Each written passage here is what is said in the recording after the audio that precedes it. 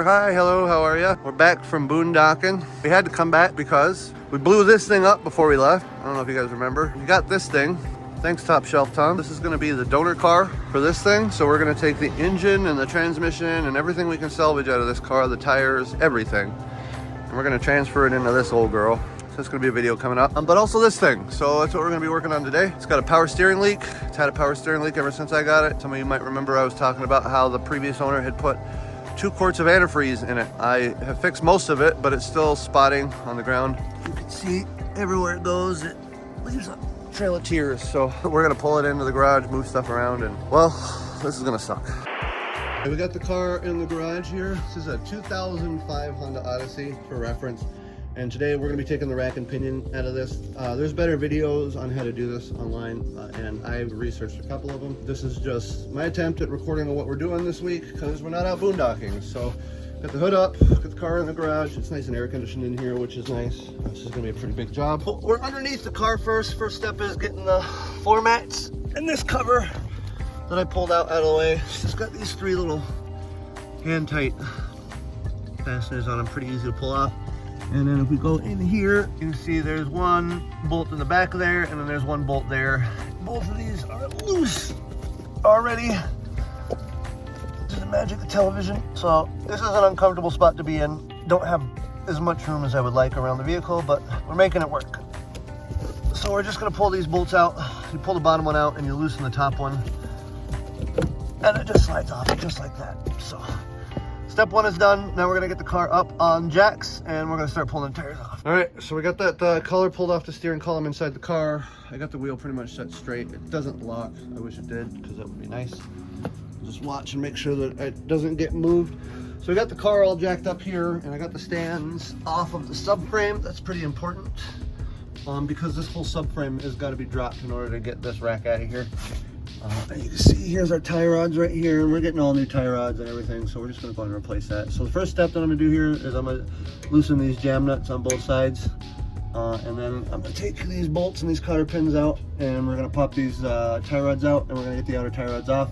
And I'm going to count how many revolutions it takes to get me to take each side off, so that when I go to put this thing back together, the alignment isn't completely screwed up. After you get this done, you do have to get it aligned. So let's keep moving. Next step, tie rods. Well, you see, I got the tie rods out. They were stuck, big pain in the butt. I'm gonna leave the inners in there. I could take them out and make it even easier, but from everything I saw, you don't have to take the inners out to get that out. There's a heat shield in there that I'll probably go after next that we're looking at right there, right next to it. There's like a 10 millimeter bolts, I guess, holding that on. And then I can start unbolting all of the lines for it. You can see the tie rods up there. They were kind of a pain in the butt to get off.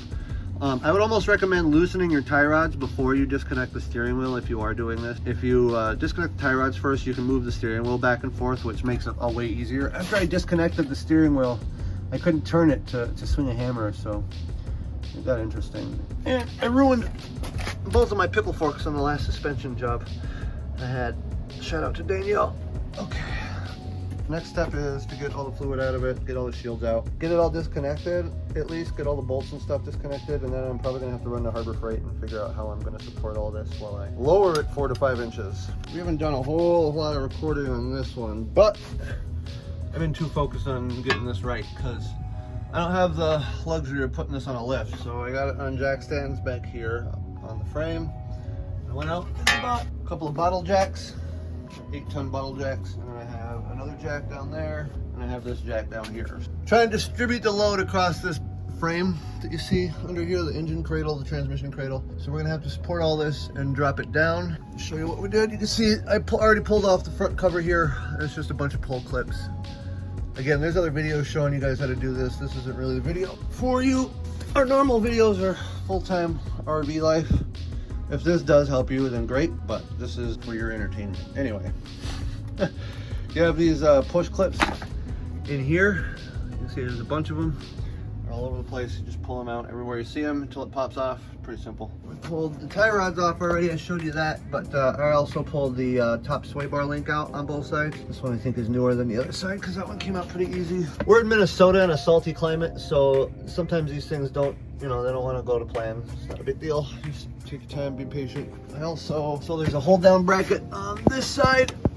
You can see I've already pulled that off in a heat shield and all that stuff. So I already pulled that out of here. So here's the, there's the bracket. And the bolts for it are right there. And then this bushing, which still looks good. I haven't opened up the new box yet, so I don't even know what I get. So this thing's ready to slide. You can see there's 2 bolt holes. That's where the mount on this side was. There's a nut on the back side of it, so you do have to get a wrench up there, and that was a 17 millimeter, and the bottom of the 19 millimeter. I'm a little bit awkward, a little bit tight to get in there, but they came out. They were pretty rusted too, so I had to get them with a breaker bar. You see, use a breaker bar with a cheater pipe, and I was able to get it all loose. So we're ready to drop the subframe now. I'm gonna start getting my bottle jacks under here and start seeing if I can distribute the weight on this thing on all 4 corners, and then I'm gonna start pulling bolts. Wish me luck. Well, we hit our first snag, and that is, this is a vehicle from the Rust Belt, which means, I'll get under here and show you. The very first bolt that I went to go take off, it broke. It isn't the frame bolt, it's just this bracket bolt, and the world can live without a bracket, I guess. It's not the end of the world. I guess I could drill it out, but you can see there's a nut on the top of there, and that's inside the frame. That's gonna be just a nightmare to get out of there and tap. And if you break that nut off the weld, which you usually do, then you got to figure out a way to get that out of there. And I might, you know, what you could do is just knock that out of there and put another nut on there, but the odds of getting that out, and we'll see what I do with that. Anyway, these, I finally got this one loose.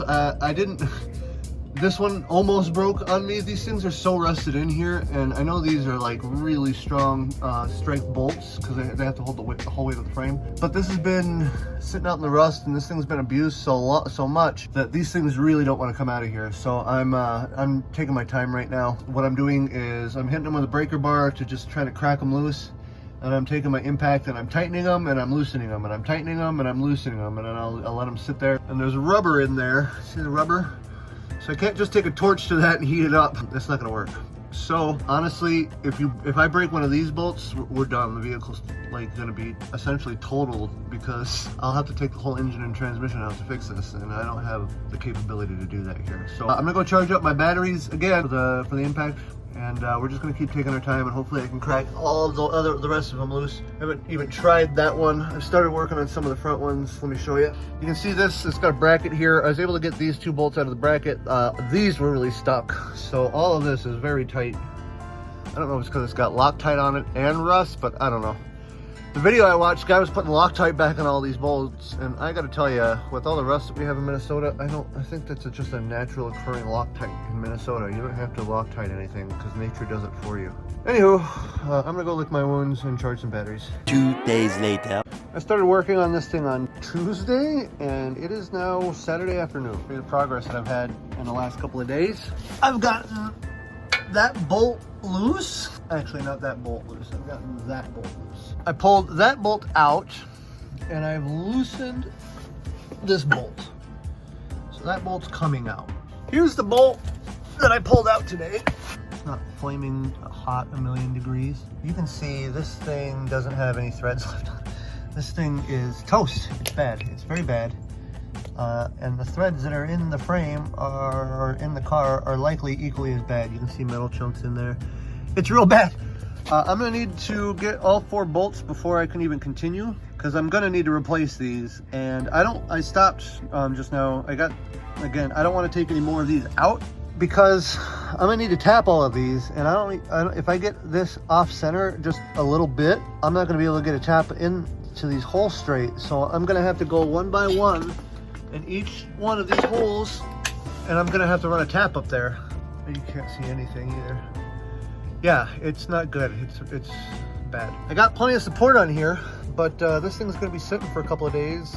We have another car to drive, but this thing's stuck here until I can get some bolts. And dealerships are closed now, so I don't know what to do. It's gonna suck. Anyway, I guess I'm gonna make a video about failing to fix this. This is what I need to get fixed in order to move on and do all the other work that I need to do. This is why I don't really do jobs this big for other customers. I ran a business kind of out of my trunk for 10 years. Whenever anyone would call me with major power steering issues, I would always send them down the road for this. If this was a customer's car and it was my job to get this done in a reasonable amount of time to make some money, I don't think that'd happen, and the customer wouldn't be very happy either, because this is going to make this bill jump a bunch.